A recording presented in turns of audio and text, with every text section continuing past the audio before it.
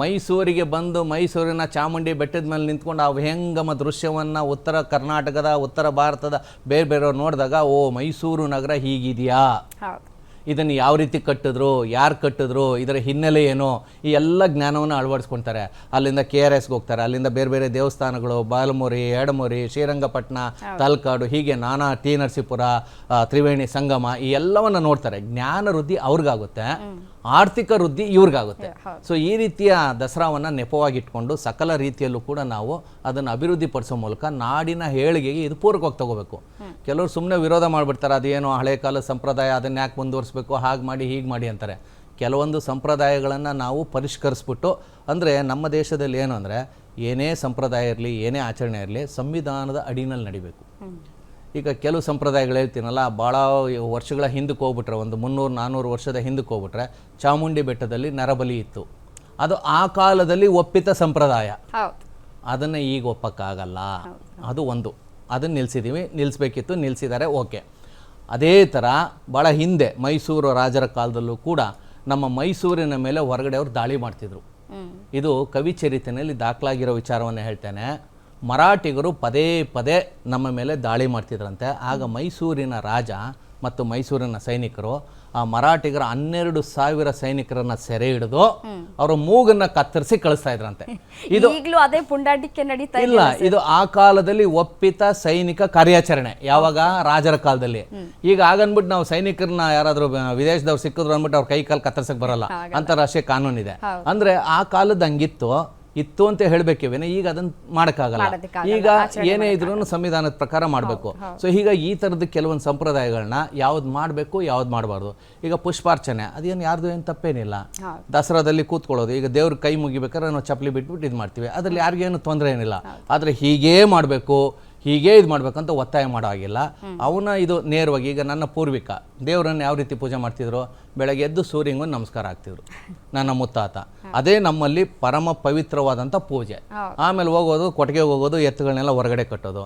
ನನ್ನ ತಾಯಿ ಅಥವಾ ನನ್ನ ಅಜ್ಜಿ ಏನು ಮಾಡ್ತಿದ್ರು, ಕೊಟ್ಟಿಗೆ ಹೋಗ್ಬಿಟ್ಟು ಸಗಣಿಗೆ ಮೊದಲು ಪ್ರಾಣಿ ಸೇವೆ ಮಾಡ್ತಾ ಇದ್ರು.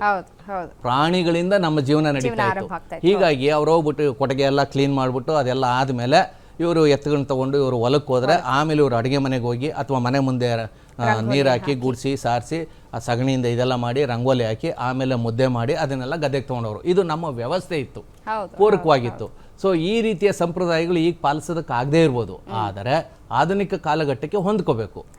ಹೇಗೆ ನಾವೆಲ್ಲ ಒಂದು 30 ವರ್ಷದಿಂದ ಲ್ಯಾಂಡ್ಲೈನ್ಗೆ ಹೊಂದ್ಕೊಂಡಿದ್ವಿ, ಯಾವುದೋ ಟೆಲಿಫೋನು. ಈಗ ನಾವು ಲ್ಯಾಂಡ್ಲೈನ್ ಇಲ್ಲ, ಮೊಬೈಲ್ಗೆ ಹೊಂದ್ಕೊಂಡ್ಬಿಟ್ಟಿದ್ದೀವಿ. ಅದೇ 30 ವರ್ಷದಿಂದ ನಾವೆಲ್ಲ ಸೈಕಲ್ ತುಳಿತಾ ಇದ್ವಿ, ಈಗೆಲ್ಲ 2 ವೀಲರು, ಕಾರ್ ಬಂದ್ಬಿಟ್ಟಿದೆ. ಅಂದರೆ ಕಾಲ ಬದಲಾಗ್ತಾ ಇರುತ್ತೆ, ವಿಜ್ಞಾನ ಆವಿಷ್ಕರಣ ಮಾಡ್ತಾ ಇರುತ್ತೆ, ನಾವು ಅದನ್ನು ಬಳಸ್ಕೊಳ್ತಾ ಇರ್ತೀವಿ. ಇದರಿಂದ ಯಾರಿಗೂ ತೊಂದರೆ ಇಲ್ಲ. ಆ ರೀತಿಯ ಆಚರಣೆಗಳು ದಸರಾದಲ್ಲಾಗಲಿ, ನಾಡ ಹಬ್ಬದಲ್ಲಾಗಲಿ ಅಥವಾ ಬೇರೆ ಇನ್ಯಾವುದರಲ್ಲಾಗಲಿ ಮಾಡಬೇಕು. ಮತ್ತು ನಾಡಿನ ಸಮಗ್ರ ಜನರು ಭಾಗವಹಿಸುವಂಥದ್ದಾಗಬೇಕು. ಆ ನಿಟ್ಟಿನಲ್ಲಿ ದಸರಾ ಒಂದು ರೀತಿಯಲ್ಲಿ ಯಶಸ್ಸನ್ನು ಕಂಡಿದೆ. ದಸರಾದಲ್ಲಿ ನಿಜವಾಗಿ ಹೇಳ್ತೀನಿ, ಸಂಸ್ಕೃತಿ ಪುನರುಜ್ಜೀವನಗೊಳ್ತಾ ಇದೆ, ಧಾರ್ಮಿಕತೆ ಪುನರುಜ್ಜೀವನಗೊಳ್ತಿದೆ, ಈಗಾಗಲೇ ಹೇಳಿದಂತೆ ಆರ್ಥಿಕತೆ ಪುನರುಜ್ಜೀವನಗೊಳ್ತಾ ಇದೆ, ಮತ್ತು ಬೇರೆ ಬೇರೆಯವ್ರು ಬಂದವರಿಗೆಲ್ಲ ಜ್ಞಾನ ಅನ್ನೋದು ಸಿಗ್ತಾ ಇದೆ.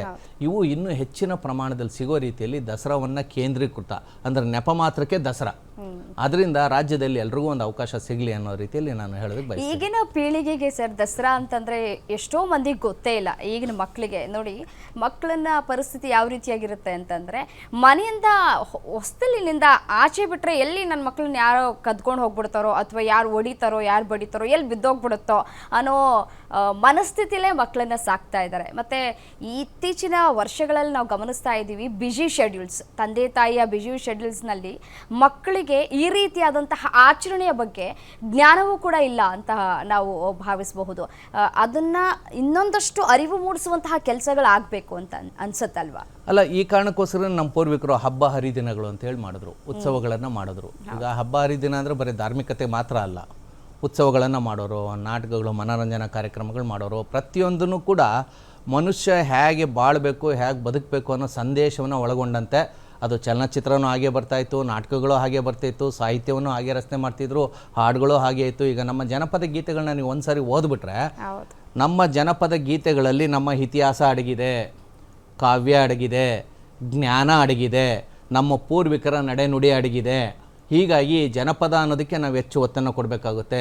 ಜನಪದದ ಜೊತೆಗೆ ಗಮಕ ಕಲೆ ಅಂತ ಇತ್ತು. ಇತ್ತೀಚಿನ ದಿನಗಳಲ್ಲಿ ನಾವು ಅದನ್ನು ಕಳ್ಕೊಂಡ್ಬಿಟ್ಟಿದ್ವಿ. ಇಡೀ ಸಂಗೀತಕ್ಕೆ ಮಾತೃ ಸ್ಥಾನದಲ್ಲಿದ್ದು ಗಮಕ ಕಲೆ. ಆ ಗಮಕ ಕಲೆಯನ್ನ ಪ್ರಚಾರ ಮಾಡಿದ್ದೆ ಕನ್ನಡಿಗರು. 6ನೇ ಶತಮಾನದ ಗಂಗರ ಕಾಲದಲ್ಲಿ ಗಮಕ ಕಲೆ, ಸ್ವತಃ ಗಂಗರ ರಾಜನೇ ಗಮಕ ಕಲೆಯನ್ನು ಕಲ್ತಿದ್ದ ಅಂತೇಳಿ ಒಂದು ಉಲ್ಲೇಖ ಇದೆ. ಅದು ಗಮಕವನ್ನು ಅಧ್ಯಯನ ಮಾಡಿರೋರಿಗೆಲ್ಲ ಗೊತ್ತಾಗುತ್ತೆ. ಗಮಕ ಕಲೆ ಅಂದರೆ ಹೇಳುವಂಥದ್ದನ್ನು ರಾಗಬದ್ಧವಾಗಿ ಕಾವ್ಯಾತ್ಮಕವಾಗಿ ಹೇಳುವಂಥದ್ದು. ಮಹಾಕಾವ್ಯಗಳನ್ನು ಕವಿಗಳು ರಚನೆ ಮಾಡ್ತಿದ್ರು, ಅದನ್ನು ಸಾಮಾನ್ಯ ಜನ ಓದೋಕ್ಕಾಗ್ತಿರ್ಲಿಲ್ಲ. ಅದನ್ನು ಗಮಕಿಗಳೇನು ಮಾಡೋರು, ವ್ಯಾಖ್ಯಾನ ಅಂದರೆ ಅದನ್ನು ಗಮಕ ಓದೋರು ರಾಗಬದ್ಧವಾಗಿ. ಸೊ ಹೀಗಾಗಿ ಸಾಮಾನ್ಯ ಜನರಿಗೆ ತಲುಪೋದು. ಅದರ ಮೂಲಕ ರಾಮಾಯಣದಲ್ಲಿ ಏನು ನಡೀತು, ಮಹಾಭಾರತದಲ್ಲಿ ಏನು ನಡೀತು, ನಮ್ಮ ಹಿಂದಿನ ಪುರಾಣಗಳು ಹೇಗಿದ್ವು, ನಮ್ಮ ಸಂಪ್ರದಾಯ ಹೇಗಿತ್ತು, ಪ್ರತಿಯೊಂದು ಮಹಾಕಾವ್ಯದಲ್ಲಿ ಅಡಗಿರೋದು ಅದನ್ನು ಗಮಕಿಗಳು ಜನರಿಗೆ ರೀಚ್ ಮಾಡ್ತಿದ್ರು.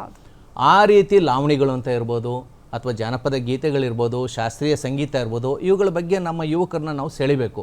ಆದರೆ ಇತ್ತೀಚಿನ ದಿನಗಳಲ್ಲಿ ನಾನು ಅಬ್ಸರ್ವ್ ಮಾಡಿದಂತೆ ಮೈಸೂರು ದಸರಾದಲ್ಲಿ ಯುವ ದಸರಾ ಅಂದರೆ ಒಂದಷ್ಟು ಸಿನಿಮಾ ಹಾಡು, ಒಂದಷ್ಟು ಯಾರೋ 4 ಜನ ಸಿನಿಮಾದವ್ರು ಕರ್ಕೊಂಬಂದ್ಬಿಡೋದು, ಜೈ ಜೈ ಅನ್ನಿಸ್ಬಿಡೋದು. ಅದಲ್ಲ, ಅದನ್ನು ಮಾಡೋದ್ರಿಂದ ನಾವೇನೂ ಸಾಧನೆ ಮಾಡೋಕ್ಕಾಗಲ್ಲ. ಇನ್ನೂ ಒಂದು ದುರಂತ ಏನಂದರೆ, ಹಂಪಿ ಉತ್ಸವ ಅಂತ ಮಾಡಿದ್ರು. ಯಾರೋ ಒಬ್ಬ ಹಿಂದಿ ಸಿನಿಮಾ ನಟಿನ 50 ಲಕ್ಷ ರೂಪಾಯಿ ಕೊಟ್ಟು ಕರೆಸಿದ್ದಾರೆ. ಯಾವುದು ಬೊಕ್ಕಸದ ದುಡ್ಡು, 50 ಲಕ್ಷ. ಯಾಕೆ ನಮ್ಮಲ್ಲಿ ಕಲಾವಿದರಿಲ್ವಾ, ನಮ್ಮಲ್ಲಿ ಸಿನಿಮಾ ನಟಿಯರಿಲ್ವಾ, ನಮ್ಮಲ್ಲಿ ನೃತ್ಯಗಾರ್ತಿಯರಿಲ್ವಾ, ನಮ್ಮಲ್ಲಿ ಸುಂದರವಾದಂಥ ಹೆಣ್ಮಕ್ಳಿಲ್ವಾ? ಯಾಕೆ ನಾವು ಹೊರಗಡೆ ಅವ್ರು ಕರ್ಕೊಂಬಂದು 50 ಲಕ್ಷ ಕೊಟ್ಟು ಅವ್ರನ್ನ 2 ನಿಮಿಷ ಕುಣಿಸೋದ್ರಲ್ಲಿ ಅರ್ಥ ಇಲ್ಲ. ನಮ್ಮಲ್ಲೇ ಪ್ರತಿಭೆಗಳನ್ನು ಹುಡುಕಬೇಕು. ಈಗ ನೋಡಿ, ಉದ್ಘಾಟನೆಗೆ ಬಾನು ಮುಷ್ತಾಕ್ ಅವ್ರನ್ನ ಕರೆಸಿದ್ರು.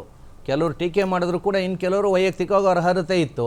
ವಿದೇಶದಲ್ಲಿ ನಮ್ಮ ಕನ್ನಡದ ಕಥೆಗಳನ್ನು ಇದು ಪ್ರಚಾರ ಮಾಡುವ ಮೂಲಕ ಅಥವಾ ಕನ್ನಡದ ಅಸ್ಮಿತೆಯನ್ನು ಎತ್ತಿಡಿಯುವ ಮೂಲಕ ವಿದೇಶದಲ್ಲಿ ಕನ್ನಡಿಗರು ಅಂದರೆ ಏನು, ಇವರು ಶ್ರೇಷ್ಠ ಜನ ಅನ್ನೋದನ್ನು ಪ್ರತಿಪಾದಿಸಿದ್ರು. ಆ ರೀತಿ ಇನ್ನೂ ಎಲೆಮರೆಕಾಯಿ ಥರ ಸಾಕಷ್ಟು ಜನ ಇದ್ದಾರೆ. ಅಂಥವ್ರನ್ನೆಲ್ಲ ಕರೆಸ್ಬೇಕು. ಆದಷ್ಟು ಈ ಹೊರಗಡೆ ಇದಾರಲ್ಲ, ಈ ಸಿನಿಮಾಗೆ ಸಂಬಂಧಪಟ್ಟಂಥವ್ರನ್ನ ಸ್ವಲ್ಪ ಅವಾಯ್ಡ್ ಮಾಡಿ, ನಮ್ಮಲ್ಲೇ ಸಿನಿಮಾ ನಟರುಗಳು ಕರೆಸಿ, ಸಿನಿಮಾ ನಟಿಯರನ್ನ ಕರೆಸಿ, ಸಿನಿಮಾ ಕಲಾವಿದರನ್ನ ಕರೆಸಿ.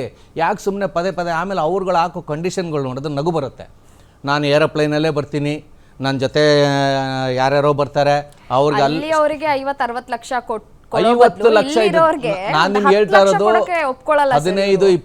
15 ವರ್ಷಗಳ ಹಿಂದೆ 50 ಲಕ್ಷ ಅಂದರೆ ಇವತ್ತು 5 ಕೋಟಿಗೆ ಸಮ. ಇದರ ಅವಶ್ಯಕತೆ ಇಲ್ಲ. ನಮ್ಮ ದಸರಾಗೂ ಅಥವಾ ನಮ್ಮ ಹಂಪಿ ಉತ್ಸವಕ್ಕೂ ಆ ಸಿನಿಮಾ ನಟಿಗೂ ಏನೇನೂ ಸಂಬಂಧ ಇಲ್ಲ.